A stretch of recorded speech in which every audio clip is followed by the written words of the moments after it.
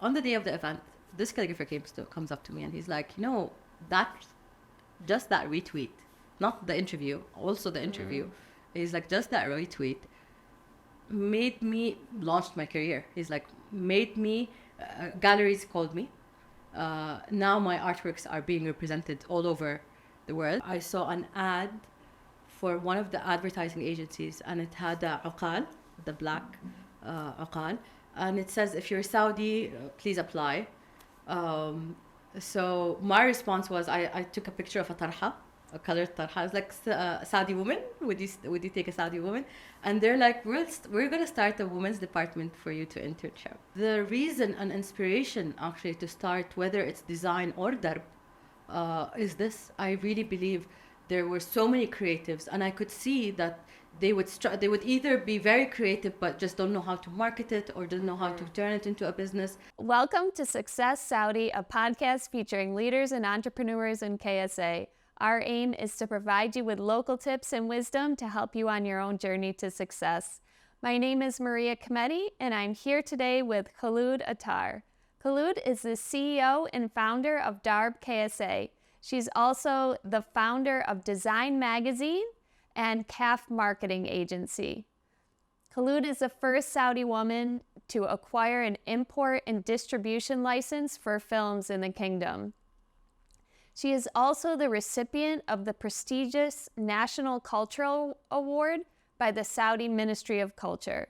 All right, Kholoud, so my first question for you is, what was your first job? First, I'm really happy to have you here. My first job, I actually never had a job. Really? Yes.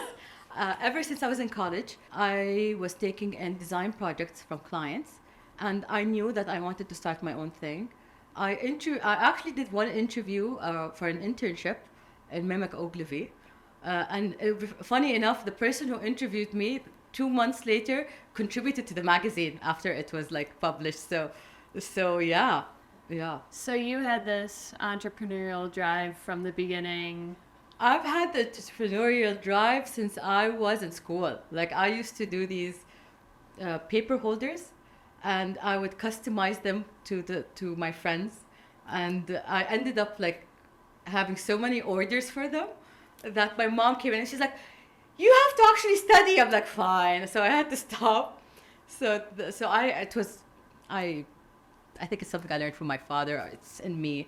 I always love to create something and, find a way to turn it into something that people want to buy. Interesting. Yeah. So tell me more about your life growing up. Where did you grow up? So I grew up actually here in Riyadh. I was in net school until middle school, and went back to Jeddah. And 4 years I came back here to Riyadh. So Riyadh and Jeddah both feel equally home. Okay, interesting. Yeah, I grew up both there, and I'm lucky to have parents who are actually, from my mom's side, we're diplomats. So my grandfather and my uncle are both, my grandfather, may he rest in peace, and my uncle, who are both diplomats. My grandfather was a consul in Egypt for a very long while before he passed away during King Faisal's time. Interesting. And my uncle, who is the diplomat, was in Prague, and he's actually the person who got me into design and art. I used to go into the darkroom with him, and he's a photographer also, and he got me into this world. I used to love drawing, art, photography, and ever since I was young, I had all the walls in the house with my mom would be like, she would be like, no, but she's like, okay, let's, let her be the artist that she is. Yeah. Wow. Yeah. And what about your father? And my father, I get the entrepreneurial spirit from him. He started a software engineering company, one of the first people to have a deal with Apple to bring here in Saudi. And for 40 years, he's taught me how to negotiate, taught me how to, I learned everything in business from him. So I got both sides from them. Yeah. Interesting. And you're utilizing them both today. They're really my inspiration. I know a lot of people say this, but they're really like special, I think, especially considering how conservative Saudi was, and for them to have a very hyper, very open, very creative person as a daughter, a lot of people would have, no, we can't do this, you can't do that. This is what girls do here. Yeah, this is girls here. When we travel, do this, Yeah. But they weren't. They really, they like let me go into camps abroad. I went into. I remember going to. I was 14, where we went to UMass University in the States, and I took a creative drawing and creative writing. So, did you have any opportunity to get involved in your father's business when you were younger, or to see him at work? So he was also, so we also have the pilgrimage business where we, I don't even call it a business, where we host, pilgrims from around the world. So I used to be with him when, the pilgrims would come. And so I got to meet people from all around the world, from Tunis, Algeria, Egypt, Malaysia. And it's interesting to see the different habits. I remember he sent me once to a conference in Malaysia. And, in Malaysia, like, anyone coming from Mecca is, like, holy. Yeah. So they were treating me like I was someone holy from Mecca. And I'm like, oh, no, I'm just learning, So it was so interesting. Like, I got to learn so much from that and how to be with different, cultures and working with different people. So, and even the computer side, the software side, it helped me direct the creativity, because when you're a creative person, your mind wanders from one project to the other. Right. So he really gave me discipline in that, working with that, like how to direct a project, finalize it, and get it out there. Interesting. Yeah. So that really helped, like negotiations also. Oh my God, and how to write contracts and how to price and how to. Wow. Yeah. So. You're working with a lot of creatives. Do you feel like these are things that would really benefit others to learn, these skills? The reason and inspiration actually to start, whether it's design or darb, is this. I really believe there were so many creatives, and I could see that they would either be very creative but just don't know how to market it or don't know how to turn it into a business. So that's where darb started. Is I signed with all these creatives from all over Saudi. And I told them, all you have to do is just send me your art and design, and we will market for it. We will help you price it. We will have this platform where we can sell it, and end of the month we will transfer the amount for you. So it's just turning that creativity, helping them turn that creativity into a business, especially artisans, and even with the magazine, I felt like there were so many creatives, no one knew how to reach them. Photographers, designers, interior designers, artists, and that's way before social media. Mm-hmm. So we wanted a network where people could reach them, and so yes, I do believe a lot of creatives come with no business background, and I hope that the reason why I started Darb and Design is to guide them through that. So what did you do after school? What did you study? So I studied visual communication. Okay. In Jeddah, and it was third year when I started taking in projects, graphic project design, branding, projects. Freelance. So I was freelancing. Okay. But I knew that I wanted to start my own company, even though 2004 there were yet women working, a lot of women working, yet alone starting their own businesses. But that wasn't my mindset already. I was looking at it that let's do something where we can connect the designers and creatives, and from that also try to bring income to help do the magazine. It wasn't like I want to do this as a business. It was more about the goal of it, which I think helped me not look at it as a very difficult task or something hard to do. It was more like, let's gather as creatives and do something. And okay, I'm doing these projects, let's gather a bit of income and start the magazine. I remember I saw an ad for one of the advertising agencies, and it had a uqal, the black uqal, and it says, if you're Saudi, please apply. So my response was, I took a picture of a tarha. a colored tarha. It's like Saudi woman. Would you take a Saudi woman? And they're like, we're gonna start a women's department for you to internship. Yeah. So you did an internship. So I did an internship, yeah, at Drive. It was for a while. It took a while because they had to set up like women's area, women's everything. Right. Yeah. So the holding company, I always find myself as being a woman in a man's world. So I remember also one of the company KAAPH also does publishing and production and publicity. So this is your family's company? No, this is my company. Okay, your this company. Is company. Okay. It started as the publishing of the magazine and, Okay, the production and we started doing museums and exhibitions and events for our clients, advertisers. We started doing events for them.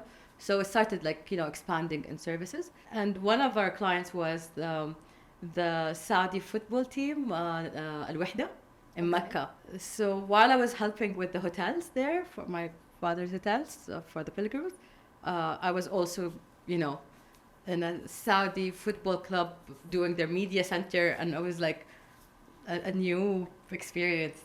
Yeah. What year is this? This was 2019, actually. The late season of 2019. 2018 or 2019. Before Corona, exactly. Oh, okay. And I was there. I wasn't into football, but I built a team. I remember, we're attending games, and I'm suddenly like, this goal really means a lot for me, and it's a man's world, but it's I think now there's so much women entering it, women teams entering into it, but it was interesting, like finding yourself always in that position of,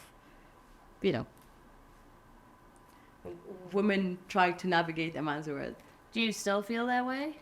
I think I have a preconception from when it was, but definitely now when I go into government entities and I see women and men, like I had to stay outside government entities where they wouldn't allow women in. So from that to suddenly going in and finding women and men working together, like we really came far along. Wow. Yeah.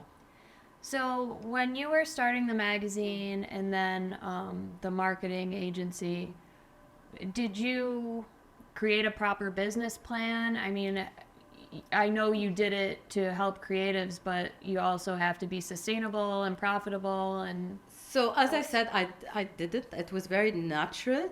I had to do a lot of learning. So I actually had Accounting for Dummies, the yellow dummies book. Oh, of course. Accounting for Dummies in the bathroom. So I'll be in a meeting or something, and they would say something, and I'd be like, I need to go to the bathroom. I'd be like, oh, okay, that's what they be. So literally, I had to learn it step by step. And considering I was very young, I was like 21, 22, and like people would look at me like, who's gonna sign the contract with us? Like, we need someone in charge. I'm like, I'm the one in charge. You're signing with me. And how did you even know how to price things at that point? And so I did like some research on like finding out, but it was interesting to see that it was really like a learning process. Like I did a lot of mistakes. I know I did a lot of trial mistakes. and error. But I think there was such a demand. It wasn't really about what I was doing. There was such a demand for what was being presented. A lot of people wanted the magazine. A lot of advertisers wanted to reach that community. So it started becoming alive on its own as I was learning. And I was blessed with a great team, really. At that point, it wasn't really about, like, even people joining in. It was such a great spirit because it wasn't really about, like, the salaries, obviously, but like it wasn't really about that. It was really about people wanting to create and giving a space to create photographers, models, makeup artists, and writers. And so there was such an energy in the space where we were working that reflected in what we were presenting and created that demand on its own. Interesting. Yeah. I miss that though. Oh. And did you find yourself fitting well into the business owner role as well as the creative role? I mean, it seems like you embodied both of those growing up, and Interesting. Yes. yeah, Yes. So I think I did. The magazine helped me keep the creative spirit alive because I was creating concepts. But there was definitely years where I had to really focus on the business side. yeah, And I was all about like showing other people's creativity, and because I personally sculpt and draw and like have a different creative side. So there were years where I had to stop. Actually, just a beginning of this year where I actually decided, you know what, delegate more yeah, and really give back to myself a time to, and especially here at Riyadh, there's so much spaces where they're encouraging art and creativity and music, and which now I'm very much involved in. My team keeps calling me like, I'm in a sculpting class, please deal with it. I try.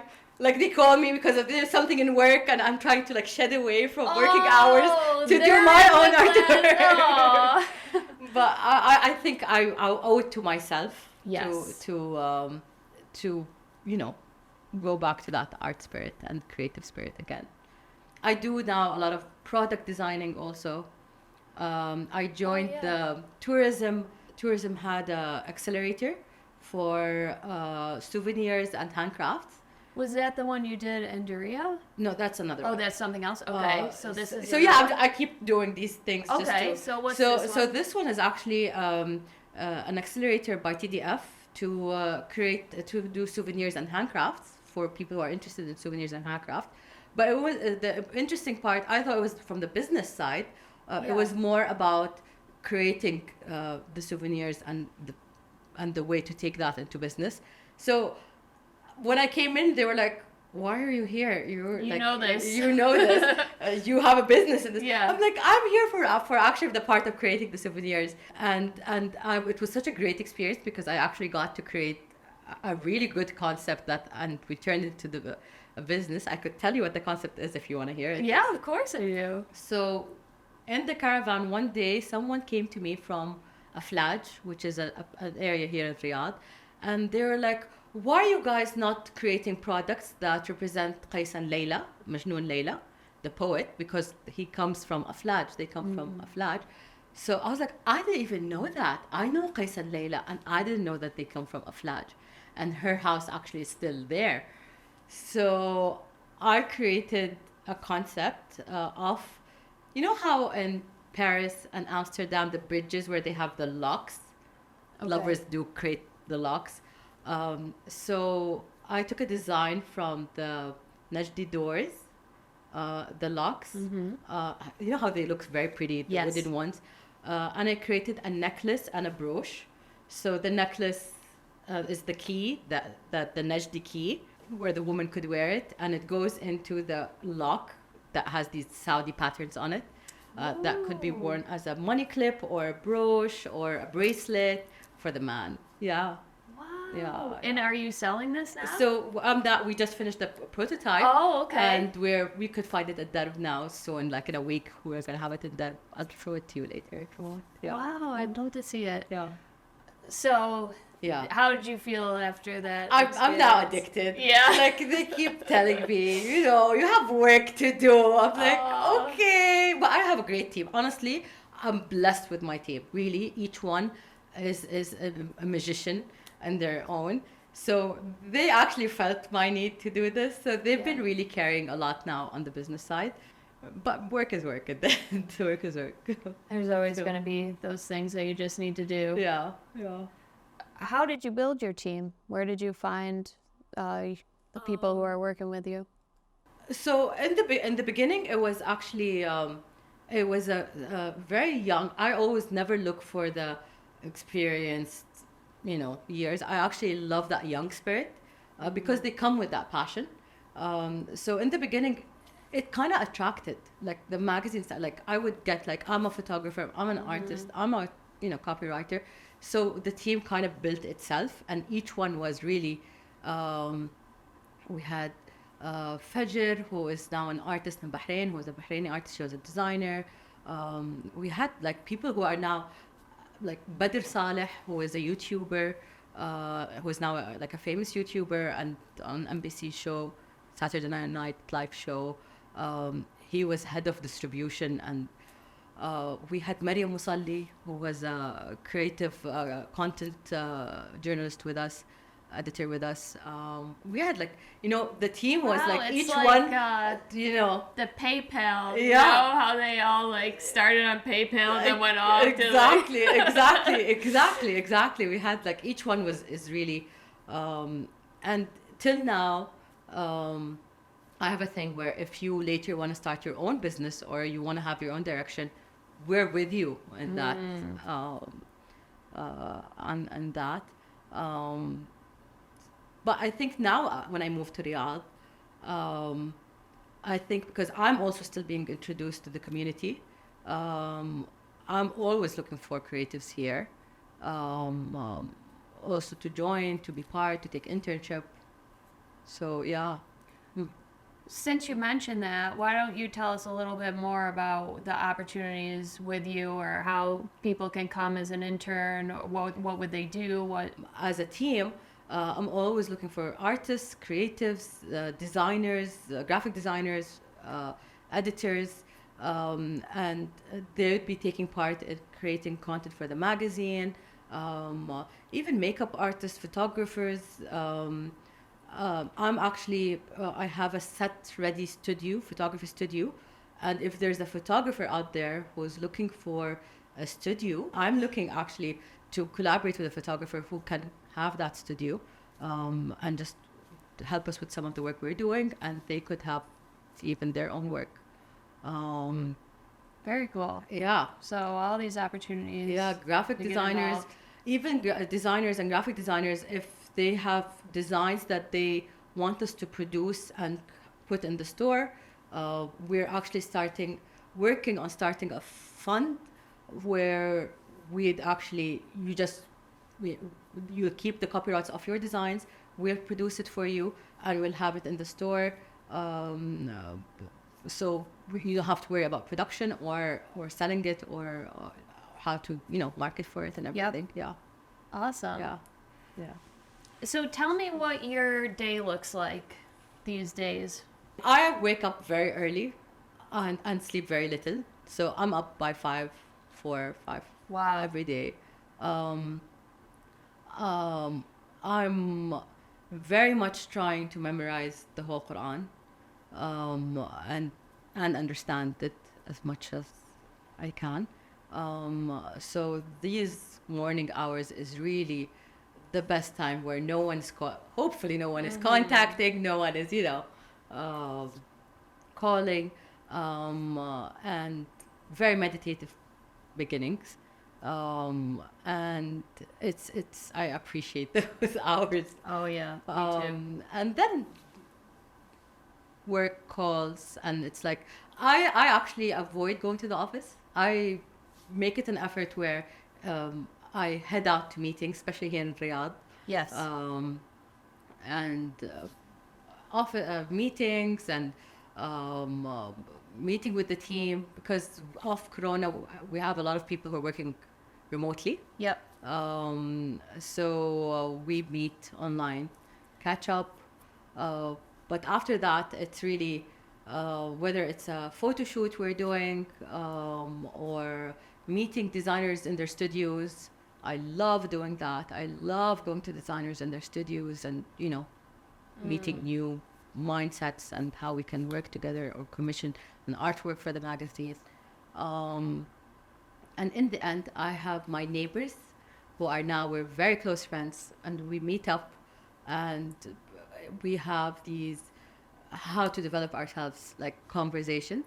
And it's usually we're trying something new, whether we're trying to cook something, do an artwork, or just, talk and hang out. And Oh, that's fun. Yeah.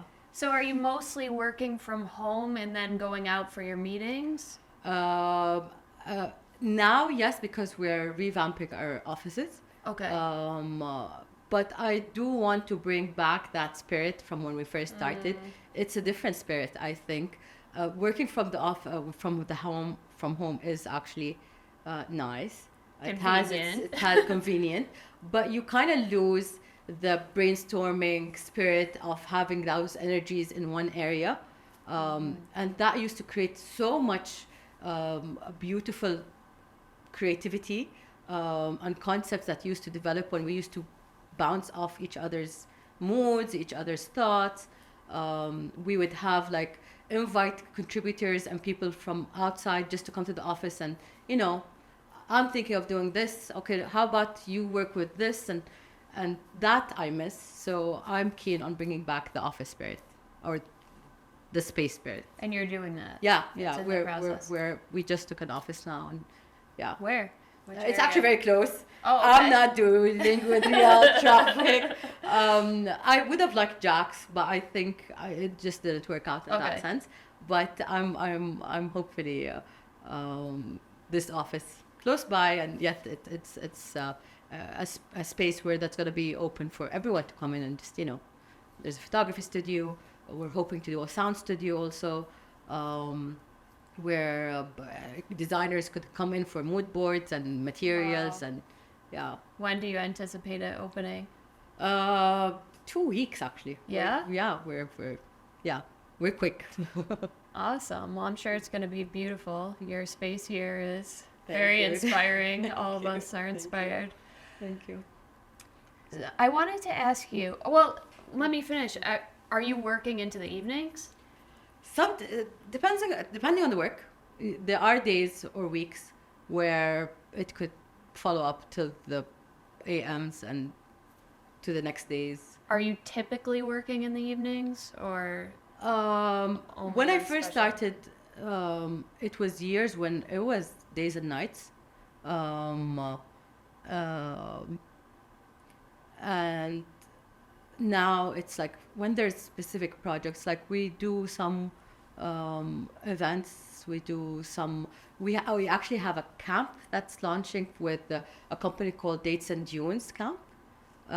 That's launching end of this month in the winter season, and it's a Bedouin experience. And I'm inviting all the community to come and experience this. They created a beautiful experience where you could experience how Bedouins used to live, and all the items and how they used to make the Leban shakers and the mandi under the ground, and we have like walls about famous Bedouins, and we have darb also that's going to be there where you can buy your souvenirs from there, and photo booth where yeah. Oh, that's fun. It's so much fun, and sandboarding and. Oh my gosh. But it's Dates and Dunes? Dates and Dunes is the name of the camp they created here, but they create experiences around the world. Leon and Chase, they're amazing people who came here to Saudi and created this experience. How did you get hooked up with them?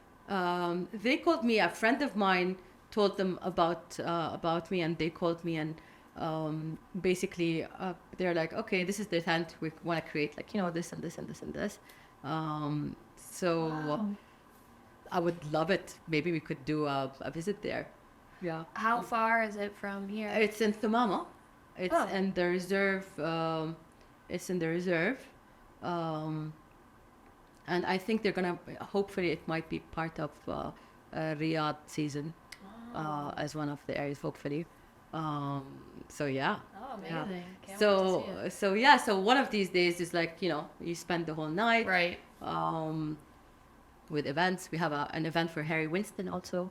Yeah, they're launching an ocean collection, and we're inviting people to come and check out the collection. We did it as beach vibes. We brought the beach and the yacht experience to Riyadh. Oh, wow.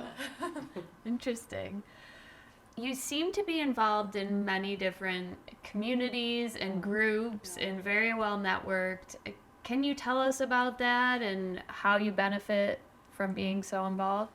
I'm definitely in some of these amazing networks. So Saudi Women Female Network, Saudi Women Leaders Female Network, amazing women in their field who network where they get speakers, or we just network.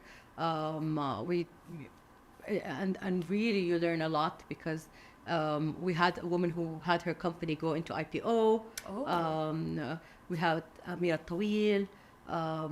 So Amir Tawil is actually a founding member. So you really get to learn a lot.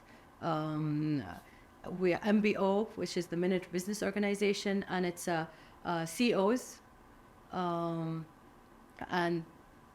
it's just interesting. It's interesting actually because when we meet, we don't talk about business. We actually learn about how to deal with life as a CEO and balance life. There is some business for sure, but somehow we end up just talking about, as a working CEO, what do you do? Tumoh, which I went with a trip with them to Cambridge. They had like a Cambridge trip, a trip to Cambridge where they had speakers come in, and we had like a create your own perfume experience, and it was interesting because sometimes when you see the same like people you meet, but you meet them outside of Saudi, you get to see different angles also from them. So it was a different experience. It was really, really great. Yeah.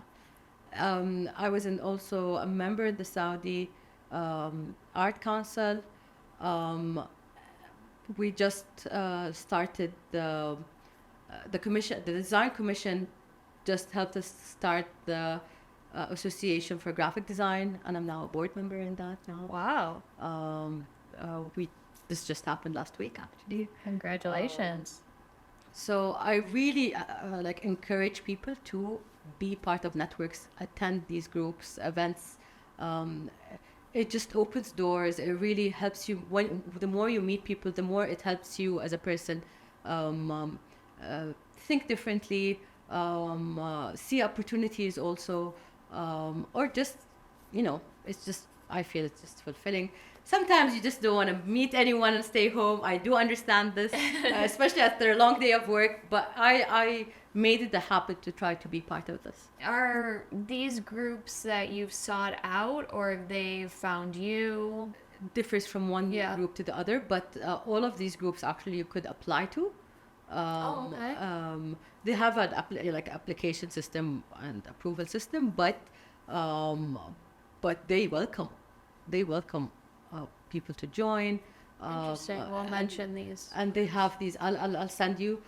They have also open events where they invite people who are new, who want to check it out and see the community and meet the community.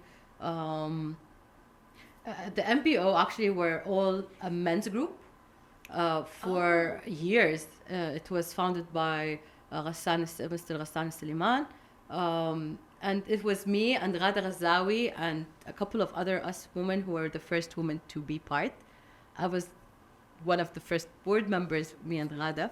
And I remember the picture. It was actually, I think it's ago. It was all like it was like 20 or 30 men, and it was like me and Ghada. So it's like white and two little black dots. I feel like I've seen a lot of those type of pictures. Right? Yeah, it becomes the. But anyway, it was part of the community, and all these CEOs and men are really amazing, Yeah. They're encouraging us too. Yeah. So we've mentioned a couple of times about the DARP caravan. Yeah. Can you tell us more about that? Okay. So I actually was one of the days very, very on a low point. Actually, I was like, I want to quit. I want to take a caravan and travel the world. I want to retire. That was actually the first thoughts that came to mind. But I wanted also, I was seeing that there was a lot of events happening with the season and exhibitions and these major events where we get these calls, do you know a wasta that could get us into this? And do you know someone, as a designer, I want to display my work, but I can't afford these massive rent spaces. So the concept was, why do we have to keep renting a space, creating, designing that space, and then dismantling it and go. Yep. And so I wanted something that's mobile. I wanted something that could go to all these events, something that's recognizable and could include all these creatives and designers where they couldn't possibly have the access to have it on their own. So, okay, I was like, okay, let's build a caravan. So the idea in the beginning was to build a caravan. Okay. But as I was in the process of searching who builds caravans, who has caravans, like, which is an interesting process because you end up in places that I can't imagine. to be. I ended up meeting this amazing character, and he's like, by the way, these two caravans are King Fahad's caravan. Used to be King Fahad's, may he rest in peace, his caravan, a hunting caravan. I'm like, my eyes went ding, and I'm like, oh yeah, really? And he's like, yeah, Aweda gave us these caravans because he does the tents for royals. And I'm like, so I fact checked it, and it turned out well.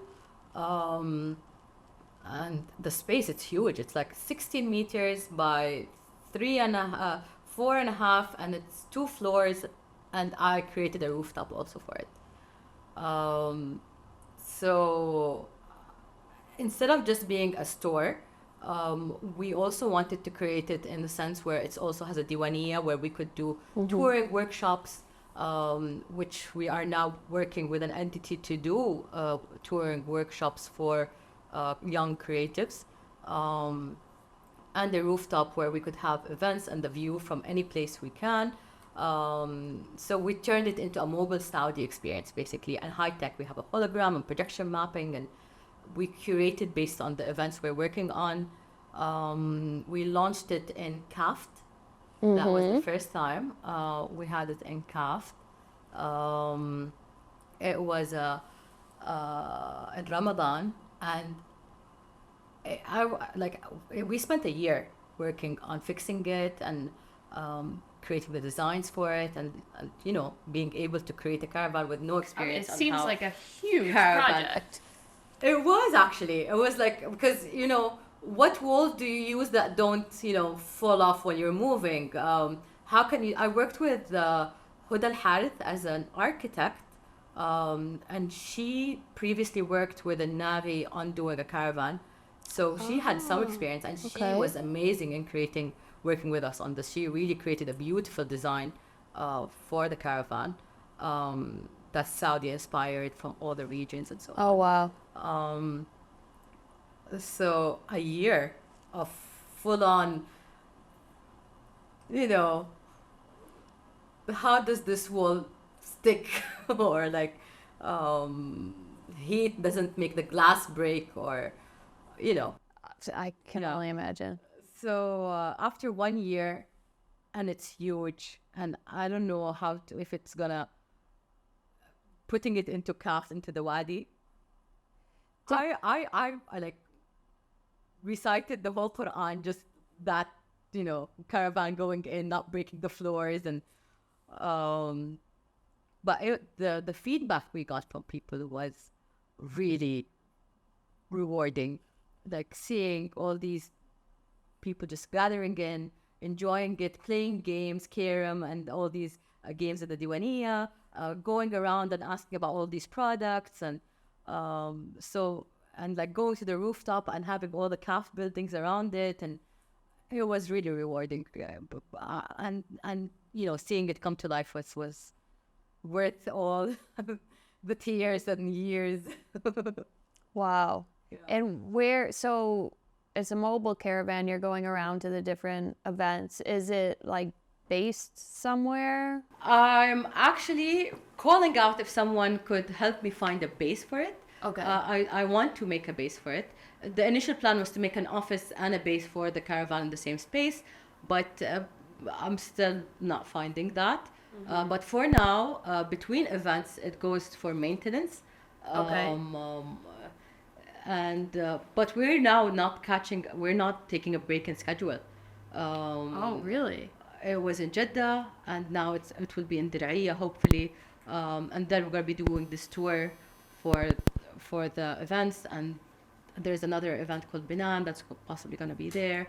So the schedule is filling up pretty quickly, and now people are like, we're going to have it, or can we have it? And I'm like, okay. So, are you thinking of expanding? Maybe not yet. So I like the idea. So this is because it's huge. Yeah. I want to have something also in Jeddah, always there, and something always in Al Ula, so it would be in more events. I like the idea that it had a significance that the caravan used to be King Fahd. So this was important for me.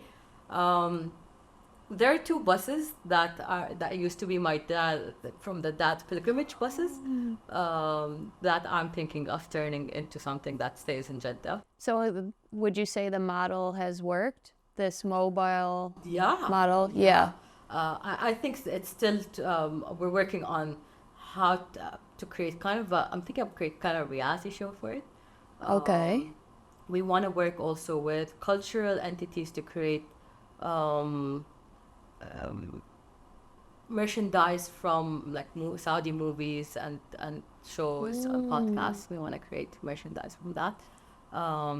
So we're working on creating kind of a reality connection to it. Oh, that's fun. Yeah. You have so much going on. What are the most challenging parts of your work right now? I think it's there are so many challenges, but I think it's the internal dialogue that you have with yourself. That's the most challenging because there are days where like you doubt yourself sometimes. Yeah. Is it doable? Is it worth the investment? Sometimes. Yeah. With the caravan, there was a part that I didn't mention with Darb, is that I also built a metaverse for it, and I invested heavily in creating a metaverse for it, which I'm yet to see if it's, because it's a very high risk. I don't know if the metaverse is something that will kick off as a, like I created a mini Ula, mini Wow. Jeddah, and we have the avatars in Saudi costumes, and you can check it out on our website. Actually, you can try it, but we're still seeing how that's going to manifest.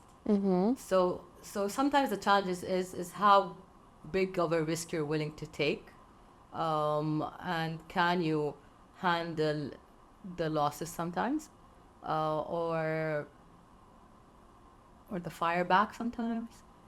With the magazine, we used to have a lot of controversial representations of art or different concepts that we used to present. So sometimes is it going to fight back? Are you willing to take that challenge? Haven't you had enough? So it's the mindset. It's keeping the mindset always, ready to explore, to take the next step, to not stop, to really see the benefit of what you're doing. Because sometimes you're like, well, okay, it's some gift, some magazine, but when you see people actually benefiting, or people wanting it, or really interacting with it, that's when it helps you pass those challenges. Yeah, absolutely. I posted something on LinkedIn the other day. I had received some nice feedback about the podcast, and I posted it because I'm like, sometimes as creators or entrepreneurs, like we really do doubt ourselves, and just to hear that our work has helped or inspired somebody else is like all the juice we need to like keep going. So I'm like, please, like, tell, if the chef at the restaurant or the business owner that, like, their product, like, you love it and it's helped you because, yeah. I tell you, DQ Living has been, as a magazine and as a podcast, really is inspiring. And I really want you to never, ever think of stopping, because I'm sure that, like, you do, as you said, get these doubts, but really it does inspire. You never know what information out there could end up changing someone's complete perception about something, or get introduced to something that could change their life. The butterfly effect of what you do you are going to be shocked one day when you see that bigger picture. Really. Well, thank you for saying that. And like when we were talking about the magazines before, you know, sometimes you think like, okay, is this making financial sense? Is this the best use of my time? I've changed from the 8 years ago when I started it. Like, so, you know, you have all these questions. And the magazine has been my life for 20 years. 6 issues, an issue every 2 months. So I grew up with the magazine, mentally, emotionally, socially. So with all the ups and with all the downs, I believe like God really sends me those messages in the most graceful way possible. Like I remember this specifically, and I said this several times, this story, but really I was once in a very low. I went to my mom like, I can't do this anymore, I'm not doing this, you know, yeah, I'm done. I'm done. and that day I had an event I had to go to, and this calligrapher came up to me, and this calligrapher actually did that artwork. Maybe we can show it later on. And the artwork says, Bismillah ar-Rahman ar-Rahim, I love you, lines, Assalamu alaikum. And on Valentine's Day, I actually the magazine reposted that artwork. I found it, and it was very nice, and reposted it. So on the day of the event, this calligrapher comes up to me, and he's like, you know, just that retweet, not the interview, also the interview, he's like, just that retweet made me launched my career. He's like, made me galleries called me. Now my artworks are being represented all over the world. Wow. And I was discovered, basically. And I was like, stop, don't say that. Tears started coming down. And I don't think he knew that him just coming up to me and saying that. And there are a lot across the years that come up to me and tell me so many things. Like, we got projects, we got called in, we got hired by this company. People in my team, you know, it's really, you just really never know the bigger picture of something that you're doing or putting out there. So never think that you're not doing that effect. I keep telling that to myself also. Is there anyone you go to seek counsel, or maybe some of these other communities that you're involved with, when you do doubt yourself? Or are you able to come to a conclusion just with your own, like, introspection? And so I have a very interesting relationship with a developed relationship with the way I see life and my relationship with God. I really think I've just really been blessed with the way. I'm grateful for all the ways that things turn out. I was just in Medina, actually, and it was so funny because I was thinking that I'm going to Jeddah to see for the event and so on, and something just came to me. I was like, I miss Medina. So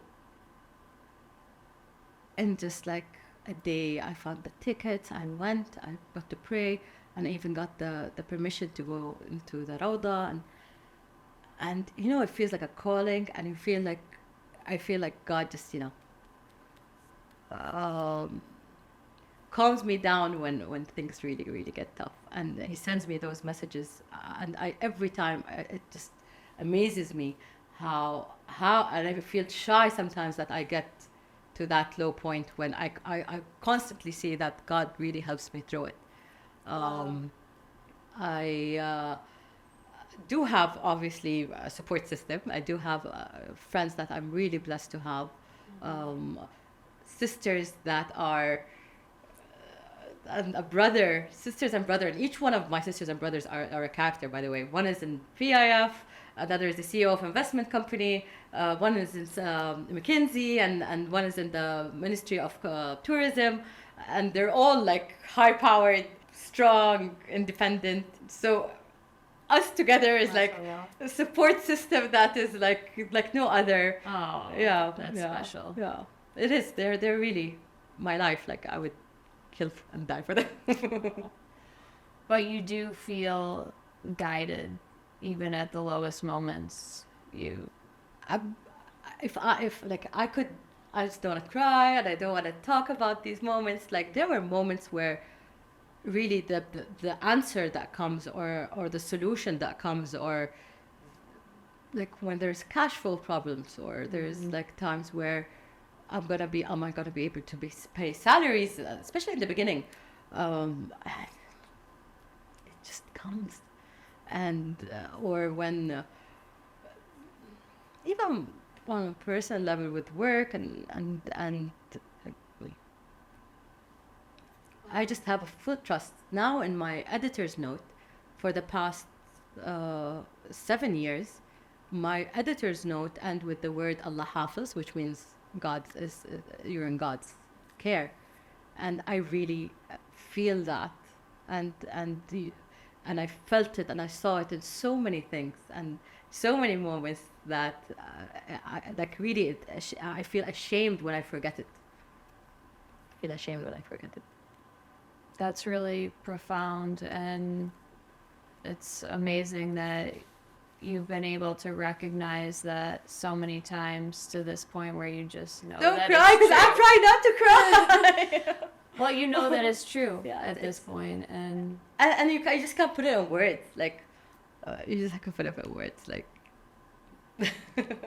what are you looking forward to in the coming year? oh, so many things, so Sounds many like things, it. so many things.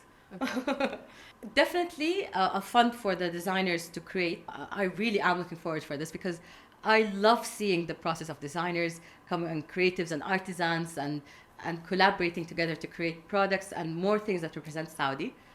So you're talking about your office space or what front? Okay. Sorry, did I not mention the fund?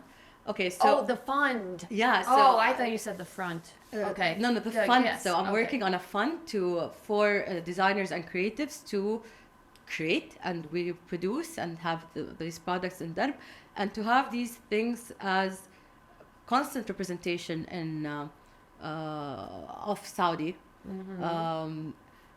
It used to drive me crazy when I travel, and I'd be asked, "Are you the second or third wife?" or oil in the back of the house, or how simply Saudi was perceived. It used to drive me crazy.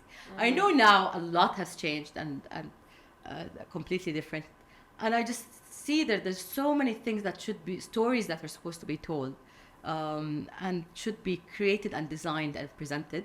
So I'm so excited about creating these things with the designers and artisans. I am looking forward for Darb to really mark the grounds of all over Saudi.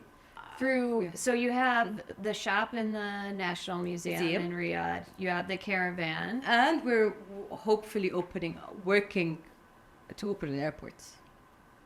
Ooh. Yeah, hopefully. That would be amazing. Good luck. Yeah, definitely excited about that. And it's so much seeing how the art and creative scene changed. It also gave me that energy also to Yeah. bring that back. Yeah. Oh, I bet. And so you've had experience now with the physical store, or I mean, they're both physical stores, but like the permanent store versus the mobile caravan. Do you see yourself continuing with both models, or yes, but we have a specific way of doing it. Like we're opening in the 10th Bedouin camp and the Dates and Dunes camp. So this is our second one. That's a permanent. Oh, it will be permanent. Yeah, it will be permanent. Wow. Yeah. Oh, okay. So this is the second one. We're hopefully opening something in Al-Baha with one of the entities that's doing something in Al-Baha. So definitely we're opening because we want things that are always available, like in the airports and in those locations, and the caravan for those unique events that are, one-offs. Mm-hmm. But the way we're doing it is it's usually a collaboration with the entity. We don't pay rent. I'm not paying rent. Yeah, because it's we want it to be a win-win situation. Yes. And if you're paying an astronomical rent, it's not going to be. It's not going to work. It's not going to work. That's something I'm always curious about when I see different events and you see the artisans, set up at these events. The last one, I think the Ministry of Heritage put something on at the convention center, and I asked one of the vendors and he said, no, they gave us the space. I'm like, good, because it's so much work to go and set up and to stay there. And You will not be able to make up Right. for that. We're actually, that is going to be part of that event. It's called Oh, Banan. yeah? Yeah, hopefully. Oh, okay. Yeah. Great. Excellent. So a lot to look forward to. How can everybody follow you and your updates? Okay. Our website, derbksa.com. Our Instagram and Twitter, derb.design, KSA. Okay. And design also, designksa.com. All right. Is there anything else that you want to I share? hope I gave more than I could. Thank you so much for sharing your story and your wisdom. And Thank I you really for your enjoyed amazing it. questions. You got me like all the way around. Oh, well, I Thank you appreciate it. so Nice much. to see you, Kholoud.